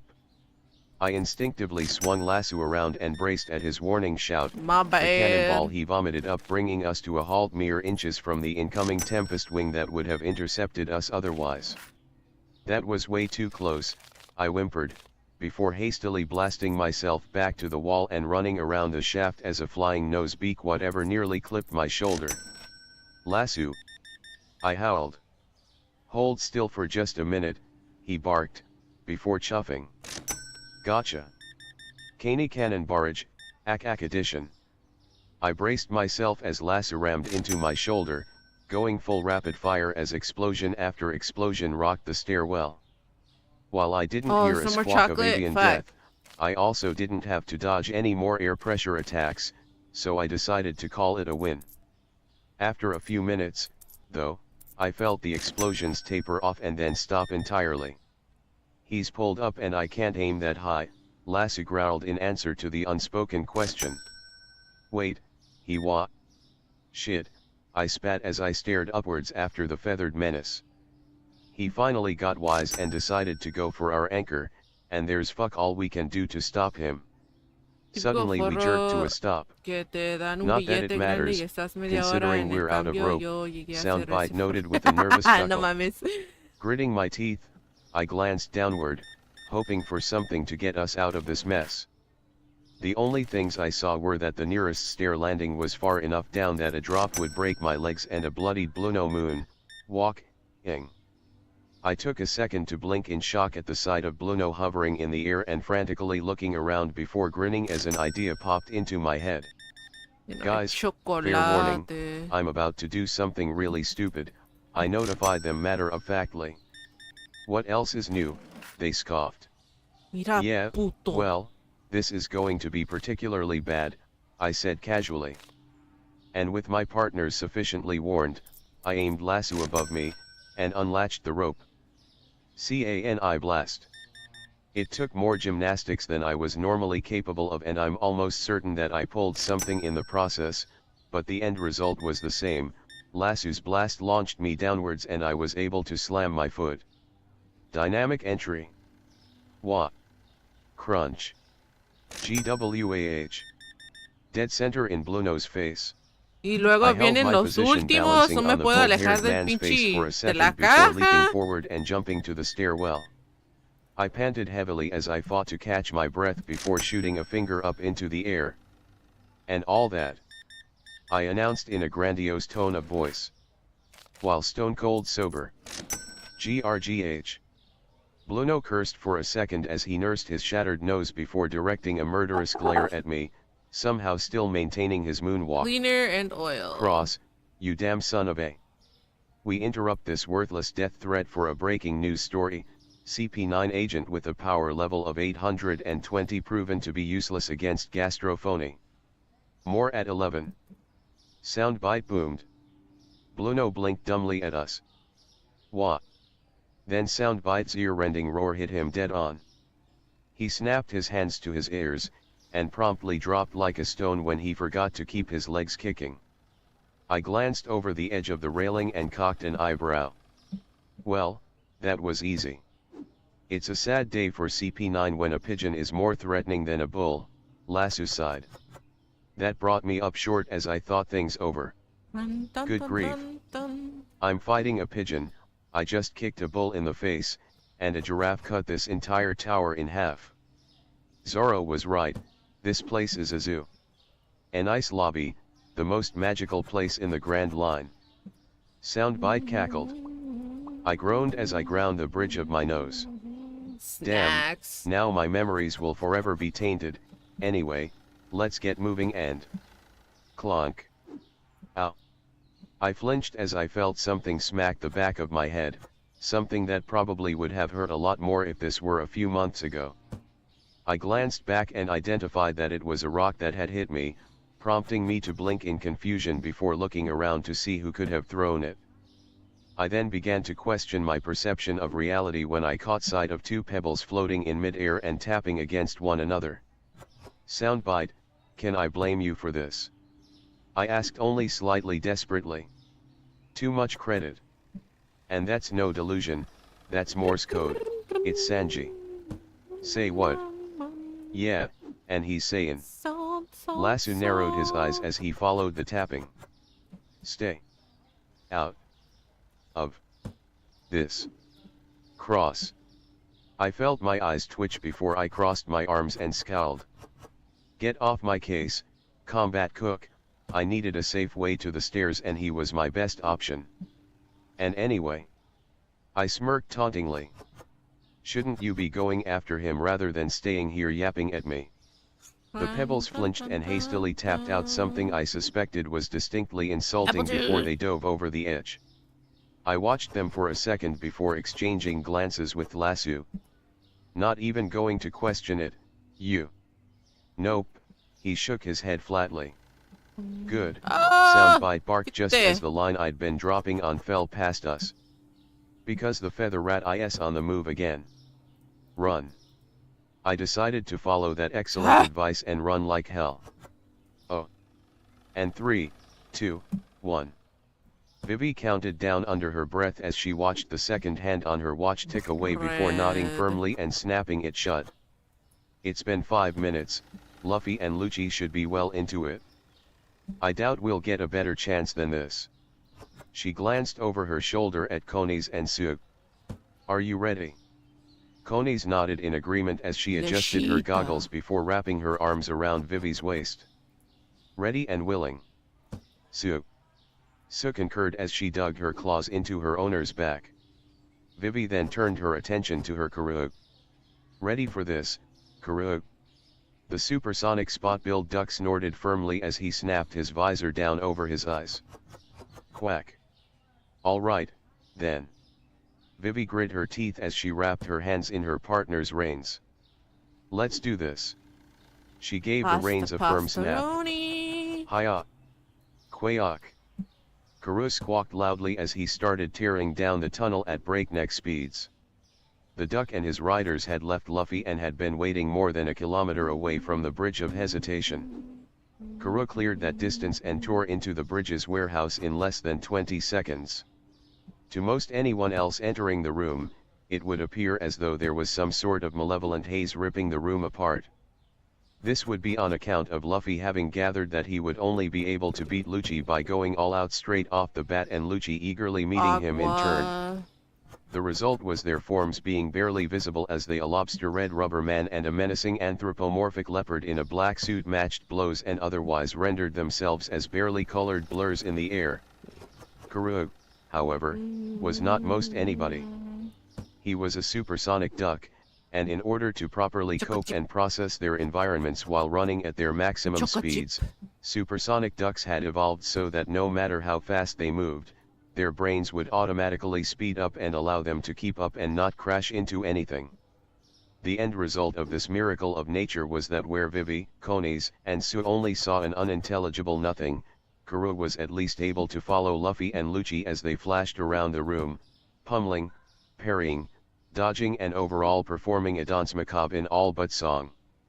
The duck had almost made it halfway the storeroom when suddenly the world froze around him right in the instant where he was in midair, between one step and the next as his abject terror ramped his mental dilation into overdrive. The reason for his terror was the fact that, at the moment, there was a 12-foot-tall leopard human towering above him. One of said leopard human's hands was held out in such a way so as to deflect the crimson fist trying to slam into his head, and the other. Karoo felt like his heart was about to pound out of his chest as he watched the other clawed hand swipe down towards his head. To him it looked like the hand was moving slowly, but he knew that if it made contact, then it would swipe off both his and Vivi's heads in a single, clean, utterly unhindered motion. As certain death slowly but certainly inched towards his head, Karoo found himself doing the only thing he could, reiterating the mantra that he'd adopted almost a week earlier, reciting it in every instance of training he'd performed with Vivi. 1 second, he frantically repeated, over and over. 1 second, 1 second, 1 second, 1 second. Kuro could see his own reflection in Lucci's claws, and he was right about ¿Qué to lose control of his bowels. necesito? Then Vivi entered the reflection as well, and Necesito something in Kuro's mind té, just clicked. arroz 1 second. y pasta, The very tip of Kuro's talon touched down on the floor. 1 second. Los snacks. 10 steps, all in 1 second. Y papel de To rayas. shave. Okay. And then Kuro moved. Rob Lucci snarled out a curse as his claws whipped through the air, his quarry disappearing Rice from his and side so snacks. fast that Tea, all rice that and he was snacks. left with Tea, were a rice few and stray feathers and the Tea, tail rice end and of a furious snacks. Ayayayok. Damn Pyrrha. The assassin only had a second to fume over his failure before a fist smashed into his face and sent him crashing into the wall, following which he was wrenched right back into the greatest fight of his entire life. Oh. I fought to control my breathing as I glanced around a corner on the tower's ground floor. I scanned the hallway before me and came up with Jack Diddley in ways of killer pigeons. It looked for all the world like I had a straight shot to the tower's back dock, but at the moment that meant all of Jack's squad to me, and for a damn good reason. Apago mis biles. Still no luck on finding the damn feather rat. I hissed to Soundbite. He Y snarled el darkly banco. as he shook his head. Not a one. I don't want to give any credit to these bastards, but where their stealth skills are concerned, it's due. I don't know where he is, sorry. I tsked softly at that as I hesitantly eyed the bridge in the distance. Alright, alright. Lasso, how far would you say it is to the dock? Lasso cocked his head to the side, eyeing the distance. 50 meters, give or take. Either way, the architects got their money's worth off of these blueprints. I groaned miserably at the prospect as I felt my legs flare up miserably, and not because of my fondued muscles. Okay. Alright, so running out there would just be stupid, so let's start with you belting out a load of smoke to fill the corridor, and then, Soundbite? Yeah, Soundbite, you fill the corridor with gastrophony, and then I'll. Alright, what's with the stuttering? Soundbite demanded impatiently. That corridor is a legitimate kill box, why aren't you running right into it? I flinched self-consciously before shooting a shaky grin over my shoulder. How have I ever told you two that I really hated P.E. class in school? My partner's expressions promptly fell flat. Seriously, they deadpanned. I plastered a sheepish grin on my face as I rubbed the back of my head. Running the mile, specifically. I mean, sure, my adrenaline's running pretty high, but I just don't think that running a straight line like this is the best Creo course of que action. está todo bien. I mean, come Papel de on, rollo I'm the y tactician here, azulito y and el since I champú. know the opponent, I'm sure I can come up with a few dozen plans to circumvent. Oh, for the love of God, will you please shut up? Now that's motivation. I yelped in panic as I shot out from behind the corner and made a break for it, pumping my legs as fast as I possibly could. To my credit, I actually managed to make it a little under halfway. Tempest Wing. Scrang. The attack splashed across my heel, sending me tumbling ass over tea kettle. It was a considerable comfort that I had my armor on and that said armor was thick as hell, because otherwise I would have fit a really inconvenient stereotype. But considering that it left me wide open for another attack, that comfort was as cold as they came. And it got even colder when I ¿Sabes? started to push ¿Puedo myself to my feet comprar and was forced to freeze when I wound up otro? staring down the damn bird's wing. I'm terribly sorry Mira, for my otra rudeness, licencia but honestly now, de Hattori drawled. producto. There's only so much inane jibber jabber a sane being can take at a time. Really, I do believe I can see where your navigator comes from whenever she does the world a favor by shutting you up. You shit-feathered ack. Soundbite's vicious snarling was cut off when a Pero small estos- gash was suddenly carved into his shell. When I told you to shut up earlier, ¿Compró otra Hattori said, licencia? his eyes narrowed menacingly. ¿Para cosas? I meant all of Fuera a you. compraros And aquí, as for you, te dejo Hattori pelado al swung his local. wing to point it between Lasso's eyes, causing the cannon to freeze just as he was opening his jaws. I want you to Figura think que very los hard on precios de los this. productos se What do you ajustan a think is demandas faster? de los consumidores Your y mouth los comercios or ponen my los wing? precios que se hacen. Lasso kept La his mouth neta, half sí. open for Lo a bueno es second que before puedes snapping it shut revisar with an irritated growl. en Hattori donde nodded compras before los turning his productos attention si back to me. necesitas I'll give you points for persistence and subir o cleverness. bajar el precio. Cross, he drawled. No ir uno por uno a los But in the precios. end, Eso bueno. you're simply ¿Compró otra weak, licencia del and your producto o attempts to no? compensate through the usage of your unctuous partner futile due to his own innate uselessness. Ya vengo, voy al baño. You're Allow back, me going to to the share a bathroom. fact of life with you. There are opponents against which no amount of cleverness and persistence will work. And unfortunately for you, I'm not a Logia user with delusions of grandeur and better things to do with his time than kill you. But apparently you have the time to run your fucking. Hattori casually flicked his wing, snapping a small pellet of something into Soundbite's mouth before he could react and reducing my snail's tirade to little more than a barrage of hacking and wheezing. The answer to what the hell had just happened came in the form of Soundbite coughing up a cloud of white powder that I recognized all too well, flour. Soundbite. I cursed desperately. Hattori cooed something or other in what I knew was a condescending tone, and the snarl Lasso let out was proof enough of that. Still, no matter what it was the bird said, his next action was clear enough. Time seemed to slow down for us as the wing came down, and I could only stare and watch in horror as the air started to ripple around the white feathers. Later on, when I recounted this story to my crew, I would swear up and down the Grand Line, Paradise, and New World alike, that just as the wing was inches from my face, I saw a figure with a robe and a scythe looming behind the damn bird. And that figure would have swung his scythe down, too. No. If it weren't for a titanic voice suddenly bellowing out and causing Hattori to flail back in shock. I hastily scrambled back when the pigeon's wing slashed at my face, and my heart all but stopped when the bird's wingtip sheared a small knock out of the lip of my baseball cap. Fuck gear second, I just lost a few years off my life. I whimpered in terror as I clambered to my feet. Hattori, looking rather unnerved himself, hopped back from me and began scanning the area. Who just spoke, he demanded, before stiffening in shock. Wait, how on earth am I speaking? Hey, Featherbrain. Both Hattori and I snapped our attention to my shoulder, where Soundbite was grinning malevolently. Yo, he greeted. My jaw promptly dropped in shock. It wasn't because a snail spoke, no, I thoroughly used to that little fact of life. It was because he spoke without opening his mouth. Soundbite. I breathed in awe. How the hell are you? Soundbite glanced at me for a second before shaking his head. Ha ha ha, hey. The snail then glanced down at my side. People of the world.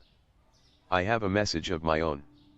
Suddenly, a very familiar, nay, an unforgettable drum beat started to play out, and all I could do was snap my head up into the air in shock. What the hell?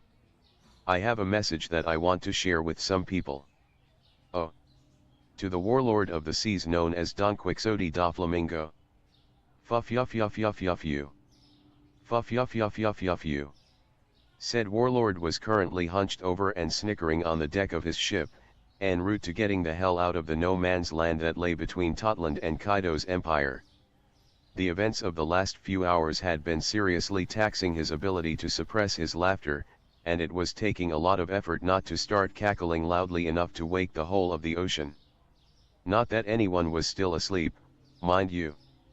This was evidenced by Diamante hesitantly shuffling forwards, his progress being none too subtly encouraged by Pika shoving him in the back. He shot a glare over his shoulder at the larger executive before clearing his throat. Ah. Young master, if you don't mind me asking, what's so? Fuff yuff yuff you, forget it? Yeah? What ack? Diamante stumbled back in shock when the deck beneath his feet suddenly turned to string and started rippling. Forget the lateness of the hour, forget being yanked away to calm Big Mom. Hell, you can even forget that blacklist fiasco from a while back too. Doflamingo's smile stretched from ear to ear as he flung his head back and started cackling at the sky. Fuff you. Forget it all. In the end, it doesn't matter how irritating they are, how arrogant and overambitious they might be. None of that matters, not now or ever again. Because now, it's official. The Straw Hats are just keeping this world too interesting for me to be anything but entertained. Hell. The officers on board stumbled back in shock and terror when Doflamingo affixed a gaze at them that was filled with nothing but pure insanity. Forget the era of Roger, and forget the era of Smiles itself. The only thing I want to see in this world is the sheer madness that will arise from the era of the Straw Hat Pirates. Fuff yuff yuff yuff yuff you oh. To the 4 jailer beasts of the underwater jail Impel Down. All throughout the facility of Impel Down, the entirety of the staff, from the human guards and the Bluggery to Warden Magellan himself, were desperately scrambling to try and maintain order as levels 1, 2, and 4 rioted furiously, and the only reason that 3 and 5 weren't a part of the whole debacle was that the conditions of those levels removed any will from the prisoners to fight back. An extreme detriment to that endeavor and the root cause of the riots was that all 4 of the jail's jailer beasts had stopped doing their duties out of the blue in favor of bellowing skyward, and nothing that anybody did or said to them could make them stop. Not even City's training and discipline was able to get through to the beasts. She tried, sure, but in the end, not even she was a match for the call of ingrained instinct. Oh. And finally, to anybody else like them. I suggest that you all move the hell over, Soundbite leered menacingly. Because you see, this snail just got on your level. My mind reeled as I processed the implications of what I was hearing. And as if his words weren't more than enough, the sheer mad glint I could see in his eyes, practically shining from within, spoke more than enough.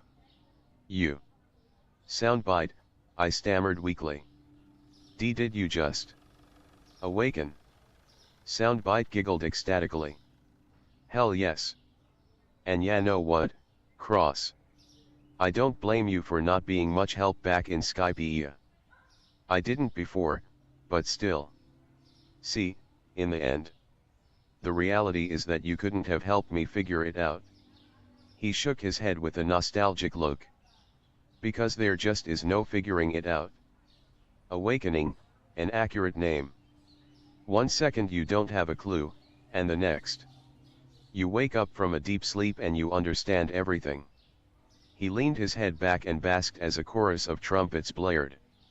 Ain't nothing like it? And I waved my hand at the air. The music? I didn't think you had access to. I jerked my head to the side. You know, those records. Heck, Lasso piped up. What the heck does this awakening stuff mean in general? Soundbite shot a grin back at the dog cannon.